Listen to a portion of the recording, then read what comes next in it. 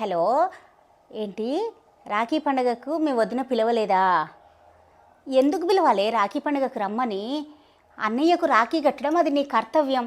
మరి పిలవలేందే, పిలవలే పేరు పెట్టి ప్రతిసారి పిలవాలా రా అని? అవును, పిలవదు, మర్యాద కూడా చేయదు. నువ్వు ఎప్పుడైనా ఈ సంవత్సరం మొత్తంలో మీ వదినని ప్రేమతో చూసినవానే? ఒక్కనాడన్నా అన్నయ్య ఆఫీస్కి వెళ్ళిండా, తిన్నవా వదిన?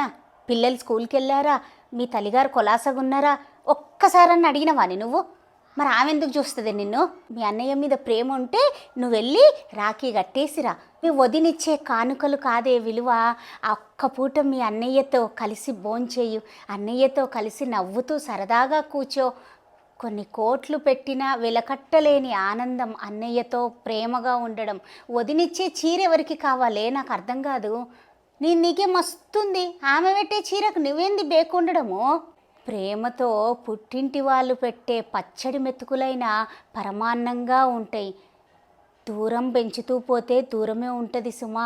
నా అనుకుంటే దగ్గర, నీ అనుకుంటే దూరం. మరి నా అని అనుకొని పోవే. నాకా అన్నలు లేరు, ఉన్నవాళ్ళు మీరైనా వెళ్ళండి.